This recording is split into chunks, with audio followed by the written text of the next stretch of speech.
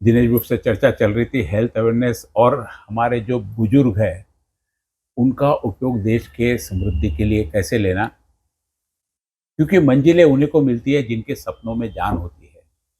पंखों से कुछ नहीं होता, हौसलों से उड़ान होती है। मैंने सबसे पहले कहा था कि हौसलों की उड़ान, पंख रूपी जो चीज़ें चाहिए, यानी पैसा चाहिए नहीं है, बहुत बड़ी टीम चाहिए नहीं है, बहुत बड़े साधन चाहिए नहीं है, लेकिन हौसले इतने हैं कि नई क्रिएटिविटी इस शहर को देनी, इस शहर के माध्यम से पूरे देश का नाम रोशन हो, ऐसी स्कीम देके पूरे देश में लागू करनी है।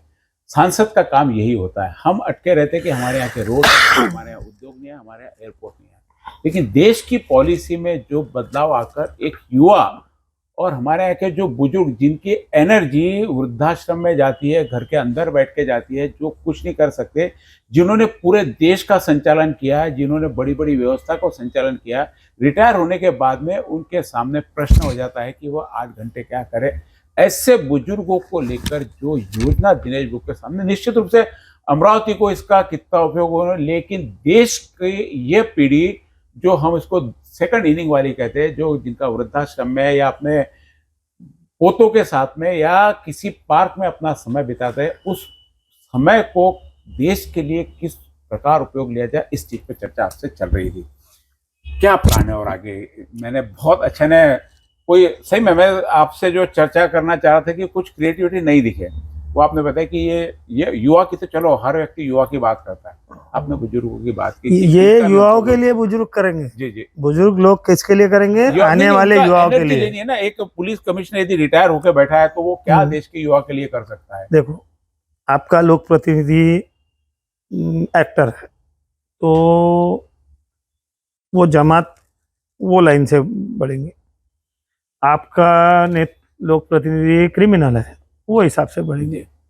आपका लोक प्रतिनिधि क्रिएटिव है तो वो प्रभाव जो सभा को डेवलप करेगा। आपका नेता रुग्ण सेवक है तो आपकी जमात भी, वो आपके कार्यकर्ता भी उसी प्रकार के। आपका ऑर्थोडॉक्स है, अंधविश्वासु है तो वो पीढ़ी वो हिसाब से करेंगी।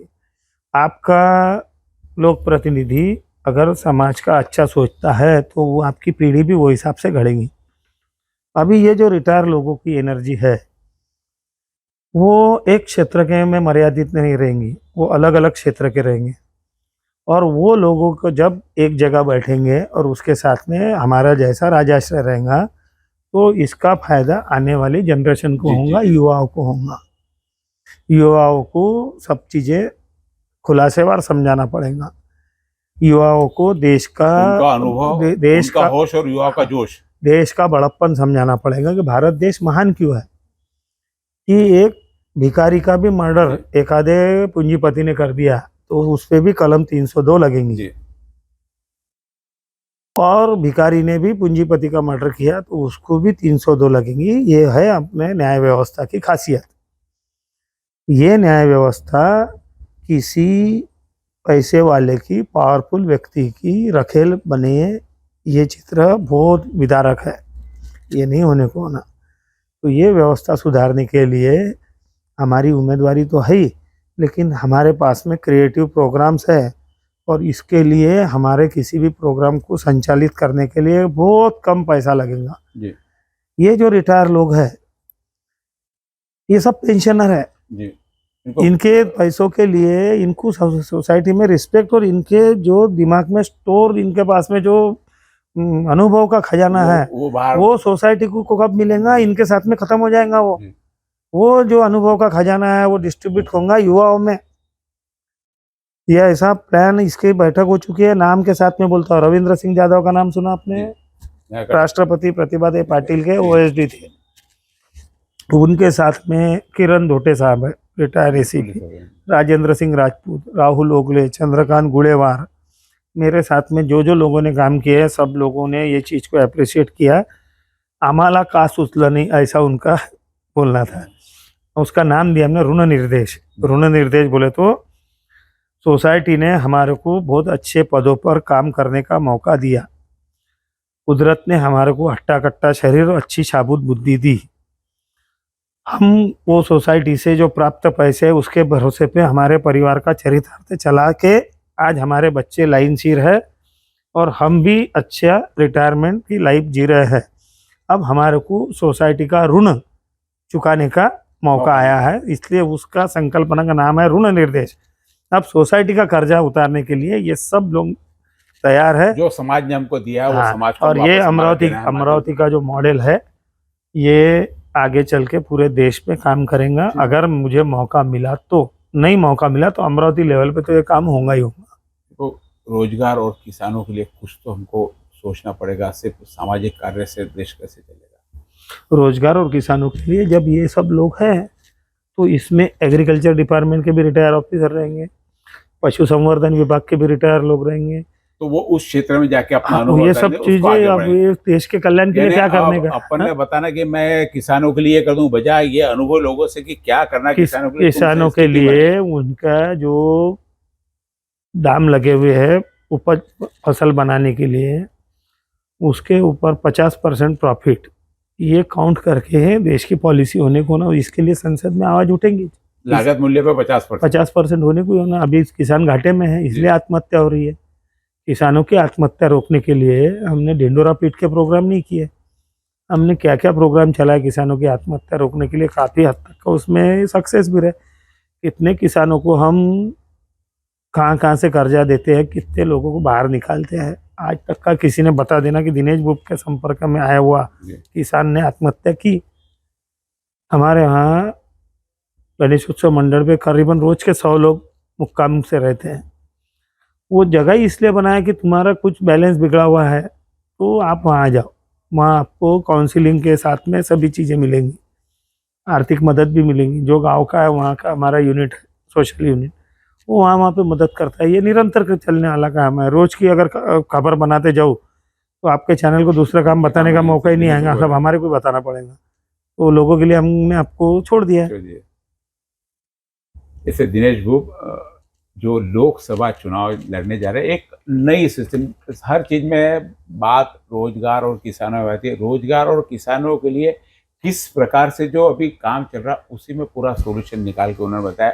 निश्चित रूप से आज का जो वर्ग इन्होंने रिटायर वर्ग है पूरा सक्षम वर्ग है, उनके पास पैसा, उनको पैसा नहीं चाहिए, उनके पास में निश्चिंत है। तो निश्चित रूप से युवा वर्ग को जो संदेश देना चाहता है, जरूरी नहीं कि हर व्यक्ति को नौकरी में, रोजगार नाम की भी चीज होती है, उसका इज्जत से वो अपनी 2 जून की रोटी कमा सके, खा सके, घर परिवार सुखी रख सके। इससे ज्यादा अपेक्षा किसी को बहुत ज्यादा रहती नहीं है। और उस अपेक्षा को किस प्रकार से इनके सपनों की उड़ान, क्योंकि मैंने पहले ही शब्द दिया, इनके सपनों की उड़ान, इनके सपने अलग है, इनकी उड़ान अलग है, इनके रास्ते अलग है, इनकी मंजिलें अलग है।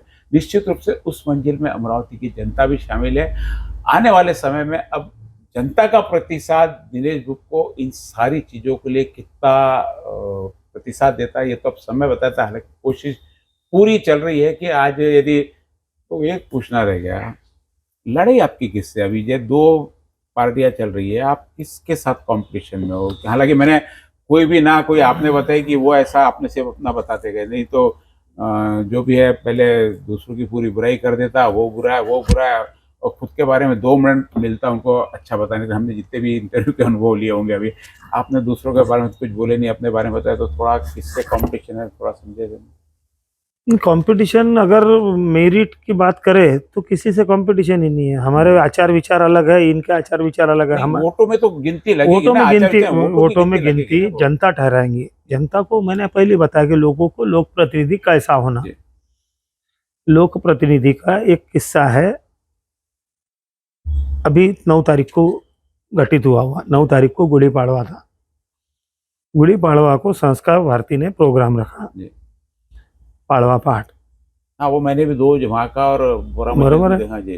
तो वहाँ के प्रोग्राम में मुझे आमंत्रित किया गया, बुड़ी के पूजन के लिए बुलाया गया। हिंदुत्ववादी प्रोग्राम था, क्योंकि संघ परिवार का प्रोग्राम रहता है। संस्कार भारती कई सालों से करती है और मैं हर साल वहाँ जाता हूँ। 1-2 साल बीच में कुछ कारण से नहीं हुआ, तो उस प्रोग्राम में मुझे आमंत्रित किया गया और बीजेपी के भी जो कैंडिडेट है उनको आमंत्रित किया गया। उसके 15-20 मिनट के बाद में दाऊदी बोहरा समाज है, उनकी ईद थी, तो मुझे वहाँ आमंत्रित किया गया। तो वहाँ पे आमंत्रित किया गया तो वहाँ मुझे कांग्रेस के उम्मीदवार मिले।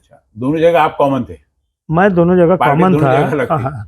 और दोनों एक खासदार है, एक आमदार है, वो लोक नियुक्त है।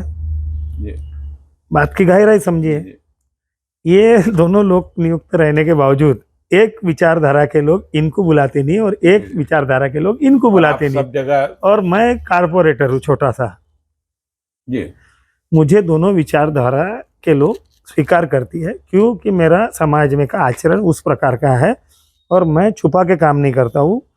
मैं हिंदुत्ववादी कार्यकर्ता हूँ, इतने साल से शिवसेना का काम करते आया हूँ। बावजूद इसके दाऊदी बोहरा समाज के लोगों ने मेरी इज्जत के साथ में उनका सबसे बड़ा जो त्यौहार रहता है उसमें मुझे बुलाया, और संघ परिवार के लोगों ने भी मुझे उनके प्रोग्राम में बुलाया, बावजूद इसके कि मैं बीजेपी के अगेंस्ट में खड़ा हूँ। जी तो ये रहता आचरण का विषय। हम आचरण से कभी हम जात पात धर्म के ऊपर का काम करते हैं, हम राष्ट्रीयता का काम करते हैं, मानवता कल्याण का काम करते हैं, और यही काम में हमें समाधान मिलता है।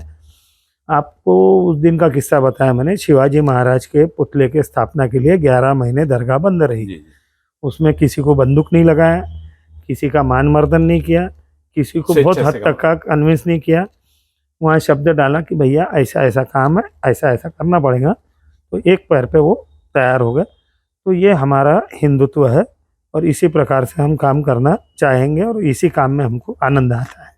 बस वही मैं पूछा था आपका हिंदुत्व कैसा, आपने हिंदुत्व की अपनी परिभाषा बता दी। हिंदुस्तान में रहना और मानवीयता के साथ में जो चले वो हिंदुत्व है। बस हिंदुत्व किसी को भी हरेसमेंट नहीं करता, किसी को निग्लेक्ट नहीं करता। हिंदुत्व सब किसी कुछ हो किसी सकता है, को लेकिन वोट कमाने का जरिया नहीं हो सकता। हिंदुत्व आस्था का विषय है, अभी तो पूरा वो हिंदुत्व के जीवन जीने की पद्धति है।